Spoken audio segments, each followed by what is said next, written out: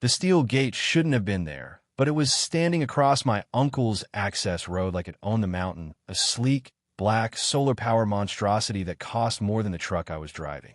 I didn't touch the brake. I didn't even think about it. The heavy steel bumper of my F-250 hit the center lock mechanism at 30 miles an hour. Metal screamed like a dying animal, and the whole structure tore away from the posts, crumpling into a heap of expensive scrap and twisted aluminum. Two guards in tactical vests that looked ridiculous this far up the timberline rushed the truck before the dust even settled, blue sparks snapping from stun batons in the cold air. I stepped out, not fast, just steady. I knew this bend in the road better than I knew the back of my own hand. They didn't. One slipped on the loose gravel I grew up running on, his boots losing traction on the shale. The other one caught the old pine root jutting from the dirt, a root I'd stepped over 1,000 times since I was 6 years old. 10 seconds later, both of them were face down in the dirt, groaning, their fancy toys scattered in the weeds. I saw their hands reaching for their shoulder radios, panic setting in. I just walked to the truck bed, flipped the cover, and pulled out the old Remington 870. Clack, clack. That sound, the slide of a pump-action shotgun, rolled through the canyon like thunder sliding off stone. It's a universal language. I pointed the barrel at the dirt between their heads. Stay down, I said, my voice lower than the truck's idle. Or the sheriff is going to need a mop, not a handcuff. The forest froze. The wind stopped. And for the first time, looking up at me with wide, terrified eyes, they understood. They were the ones trapped on the mountain, not me. See, the road up had warned me long before the gate appeared. The signs were everywhere if you knew how to read the mountain, and my Uncle Harlan had taught me how to read this land before I could read a book. The first hint was the trail itself. It wasn't just wider. It had been carved open, shaved, flattened, pressed down by something massive. These weren't tracks from a pickup or a Forest Service Jeep. These were tracks from a D8 dozer, maybe a Caterpillar 963, the kind of heavy iron you only see on multi-million-dollar development jobs. Harlan used to point at impressions in the dirt like a tracker showing wolf prints. Jack, he'd say, if you ever see tracks this wide up here, it ain't nature. It's money, and money don't care about trees. Back then, I didn't fully get it. Now, staring at the destruction of the trail, I did. There was a smell on the wind, too. Faint, sharp, totally out of place. Industrial hydraulic oil. A developer's perfume. Whatever had been moving up this ridge wasn't small, wasn't local, and sure as hell wasn't invited. Still, I kept driving, my hands white-knuckling the wheel. A knot in my chest tightened with every turn. Part of it was anger, sure, but most of it was guilt. Heavy, suffocating guilt. 2 years away from the cabin had been 2 years too long. Work, deadlines, the endless grind of city life, expansion plans for my own small business. Things that felt huge at the time now felt pathetic against the weight of this mountain. I told myself I'd come back sooner, fix the porch, patch the roof, keep the place alive the way Harlan would have wanted after he passed. But I didn't.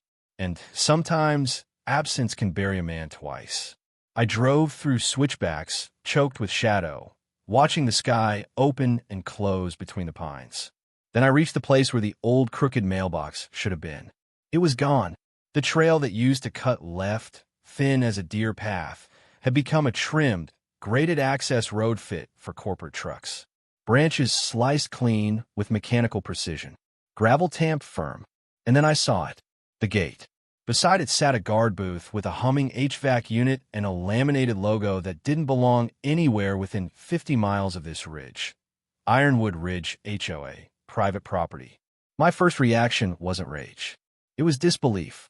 The kind that hits you when you walk into your own house and see strangers eating dinner at your table. But disbelief melts fast at 9,000 feet. Someone had put a gate on my land. Someone with machinery, money, and the arrogance to think I'd never come back. They were wrong. As the dust settled and the echo of the shotgun rolled off into the timberline, I heard tires crunching up the gravel road. The sheriff was coming, and he wasn't coming alone. The tires I heard weren't backup. Too heavy, too slow. A lawman's engine has a certain sound, steady, deliberate, like judgment rolling uphill. Sheriff Grady Miller's SUV appeared through the dust, headlights cutting through the haze left by the shattered gate. It crawled to a stop, not rushed, measured. Grady stepped out, big shoulders, sun-worn face, the posture of a man who had spent 30 years breaking up bar fights that all started the same way. His right hand rested near his holster, not gripping the gun, but close. Too close to ignore. "Morning, Jack," he said, eyes not on me, but on the Remington still in my hands. I lowered it slowly and set it in the truck bed. "Morning, Grady." "Step away from the truck," he said immediately. "Hands where I can see them." I did as he asked. Behind him, one of the guards yelled from the ground, scrambling to his knees. "He attacked us. Broke the gate. He's armed. He's dangerous." Grady didn't look back. He sighed, the sound of a man who just realized his coffee break was canceled. "Is that true?"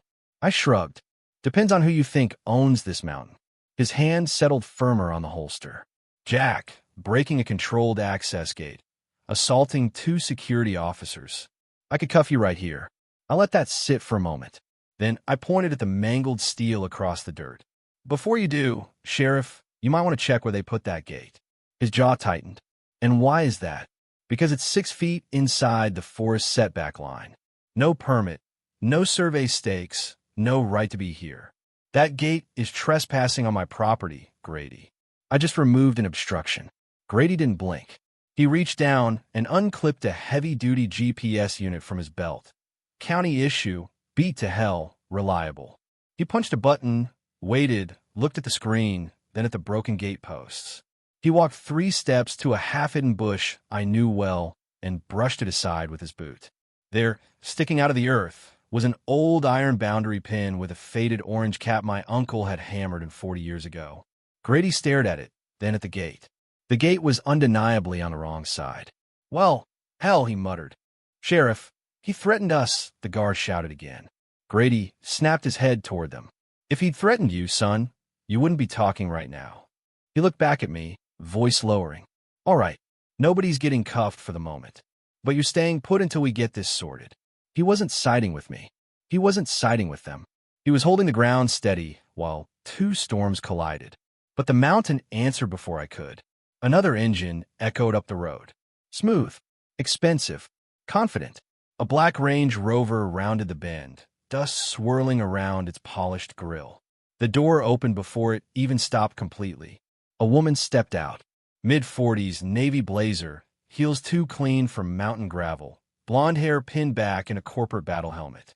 She looked at the broken gate the way someone looks at a stain on a silk blouse. Annoyed, not shocked. "Mr. Vance," she said, voice warm but completely empty. "I'm Veronica Sterling, Vice President of Ironwood Ridge. We need to have a conversation." Sheriff Grady muttered under his breath. "Oh, for God's sake." She walked right up to the sheriff, ignoring me entirely. "Sheriff Miller, thank you for responding so quickly. As you can see, a member of the public has forcibly destroyed community infrastructure, assaulted 2 of our licensed security officers, and is trespassing on Ironwood Ridge property." I couldn't help it. I laughed. Just a short, sharp bark of disbelief. Veronica turned to face me. "Is something amusing, Mr. Vance?" "Yeah," I said. "You calling this your property?" Her smile tightened. The Vance parcel was legally absorbed into Ironwood Ridge Phase 2 last year, under the Community Expansion Act. We have the deed transfer recorded with the county. Your uncle's land was classified as abandoned. There is no such thing as a Community Expansion Act, I said. Not in this county. And absence isn't abandonment. Not under Colorado Revised Statute 38-12. You want me to quote the rest? Or you want to keep lying to the sheriff? She didn't flinch. She opened a folder thick with crisp papers. Regardless of Mr. Vance's emotional state, these documents confirm acquisition. The notary stamp is valid. The signatures match. She handed a document to Grady. He scanned it, then looked at me. "You got your deed, Jack."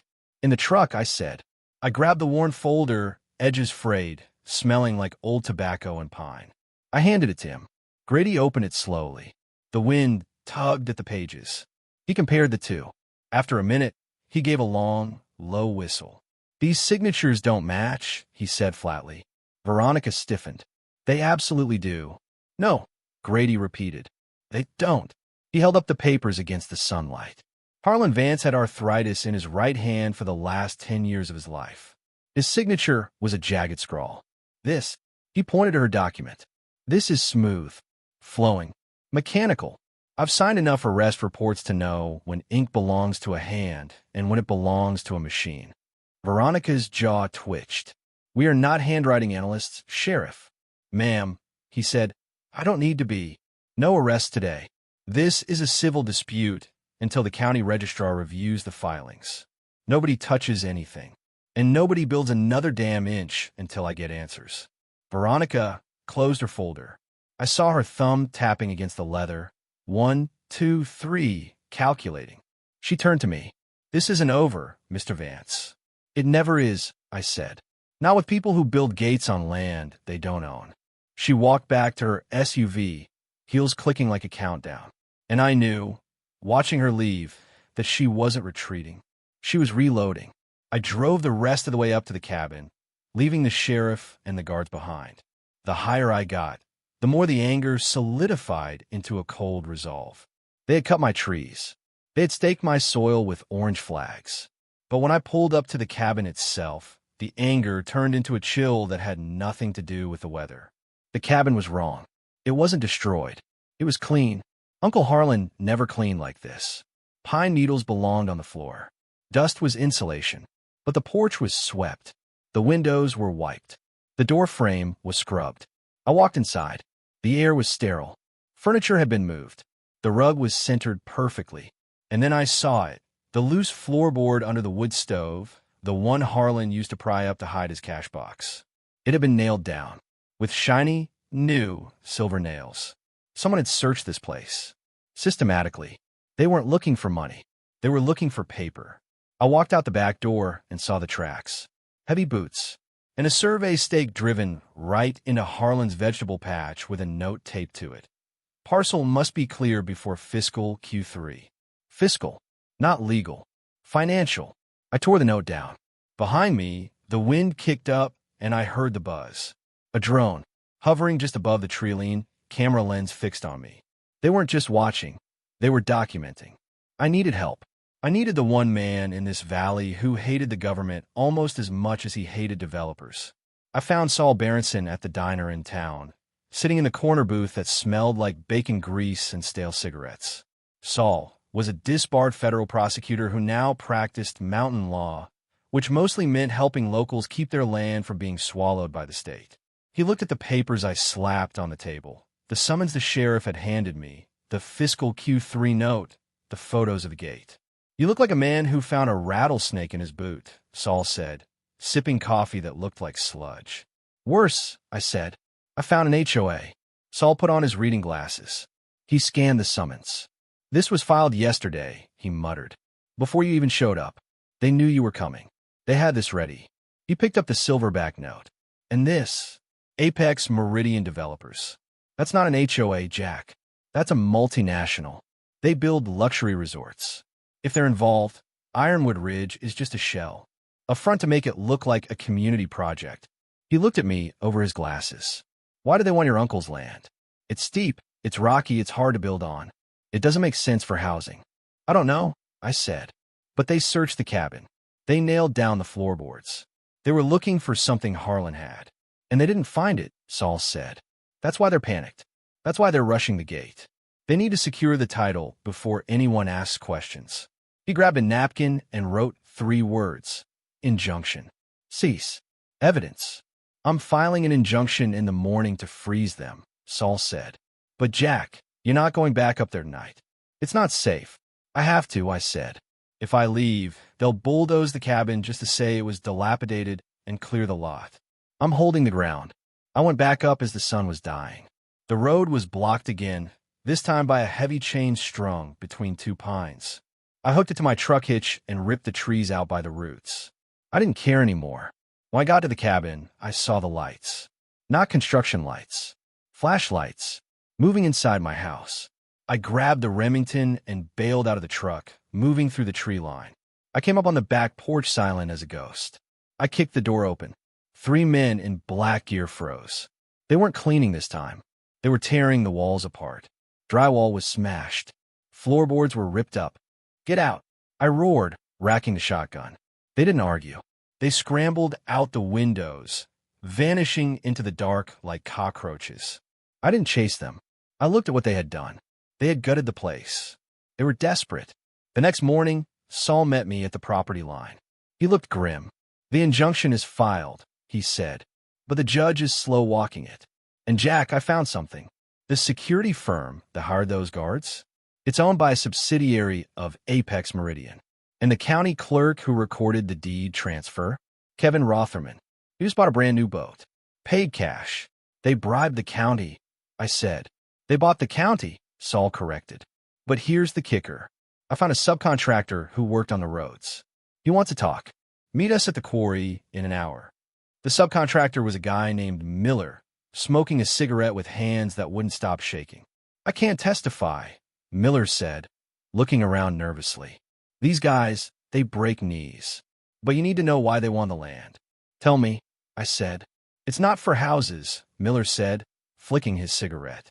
"It's the water. Water. There's an aquifer under your ridge. Massive. Purest water in the state. Apex isn't building a neighborhood. They're building a bottling plant and a luxury spa resort. They need your land for the pump station. If they get a drill in the ground, they own the water rights. That's $1 billion, easy." It hit me like a physical blow. The secrecy, the rush, the abandonment claim. They didn't care about the view. They wanted to drain the mountain dry. "And here's the bad news," Miller said. "They're not waiting for court. I heard the foreman this morning. They're moving the drill rig up tonight. Once that bit hits the water table, they can claim existing use and tie you up in court for 20 years while they pump your inheritance into plastic bottles." "Tonight?" I asked. "Midnight," Miller said. I looked at Saul. "Can we stop them legally?" Saul shook his head. "Not by midnight. The sheriff won't move without a judge, and the judge is sleeping." Then I stopped on my way. I said. I drove back to the cabin. I tore apart the one place they hadn't looked, the underside of the floorboard itself. Harlan was paranoid, but he was clever. He wouldn't just hide papers under the floor. He'd tape them to the bottom of the wood. I ripped up the plank I had found nailed down. I flipped it over. There it was. A waterproof pouch, stapled to the wood. I tore it open. Inside wasn't money. It was a 1978 hydrology report, stamped by the state engineer, designating the spring under our land as a protected heritage watershed, privately held by the Vance family, unsuitable for commercial draw. Harlan had known. He had protected it decades ago. This document proved that drilling wasn't just a property violation. It was a federal environmental crime. But a piece of paper doesn't stop a drill rig. At 11:45 p.m., I heard the engines. Heavy diesels grinding up the mountain. I stood on the porch, the Remington in my hand, the document in my pocket. The convoy appeared around the bend. Huge floodlights cutting the dark. A massive truck carrying a drilling derrick, followed by Veronica Sterling's Range Rover and 2 security SUVs. They pulled into the meadow. Men jumped out, shouting orders, setting up stabilizers. They were going to drill right through my uncle's vegetable patch. I walked out into the light. "Shut it down," I yelled. Veronica stepped out of her car, wrapped in a fur coat. "Mr. Vance," she shouted over the engines. "You are trespassing on an active industrial site. Security, remove him." Four guards moved toward me. I raised the shotgun to the sky and fired a single blast. The boom shattered the night. The birds screamed from the trees. The guards froze. "The next one isn't a warning," I said. "You're insane," Veronica hissed. "Drill. Start the drill now." The foreman looked at me, looked at the gun, looked at her. "Lady, he's got a shotgun. I pay you to drill, not to be cowards," she screamed. Then sirens. Sheriff Grady's SUV came tearing up the trail, bouncing over the ruts, lights flashing blue and red against the trees. Saul was in the passenger seat. Grady jumped out, gun drawn this time. "Everybody freeze. Turn those damn engines off." Veronica marched toward him. "Sheriff, arrest this man. He fired a weapon. He's defending his property," Saul shouted, stepping out of the truck, waving the document I'd texted him a picture of. "And you, Miss Sterling, are about to commit a federal felony." "What are you talking about?" she spat. "This," Saul said, handing the phone to Grady. "This land is a designated heritage watershed. If that drill bit touches the dirt, you are violating the Clean Water Act, the state conservation easement, and about 50 other laws that carry prison time, not fines. Grady looked at the document on the screen. He looked at the massive drill rig. He looked at Veronica. Is this true? Grady asked her. It's an outdated survey, she stammered, her face losing color. We have permits. You have permits based on fraud, I said, stepping forward. You bribed Rothman. You forged the deed. And you tried to bury the fact that this water belongs to the mountain, not to Apex Meridian. Grady holstered his gun. He turned to the foreman. Turn that rig around. Now, or I impound it, and you go to jail as an accessory. The foreman didn't hesitate. Pack it up, boys. We're leaving. Veronica stood alone in the glare of the headlights, the empire she tried to build crumbling around her heels. You can't do this, she whispered. The investors, the timeline. Get in your car, Veronica, I said, and get off my land. She looked at me with pure hatred, but the fear was stronger. She got in the Rover and peeled out, mud slinging from her tires. The aftermath was slow, but it was total. Saul took the hydrology report and the forged deed to the state attorney general. Apex Meridian tried to fight it, but when the bribery scandal broke, when they found the cash in Rothman's boat, the dominoes fell. Rothman went to prison for fraud. Veronica Sterling turned state's evidence to avoid jail time, exposing the entire Apex scheme. The Ironwood Ridge HOA was dissolved by the state for operating as a criminal enterprise. I rebuilt the gate. A simple wooden one this time, just like Harlan had. I fixed the cabin, leaving the scars on the floorboards where they tried to pry up the truth. The mountain is quiet now.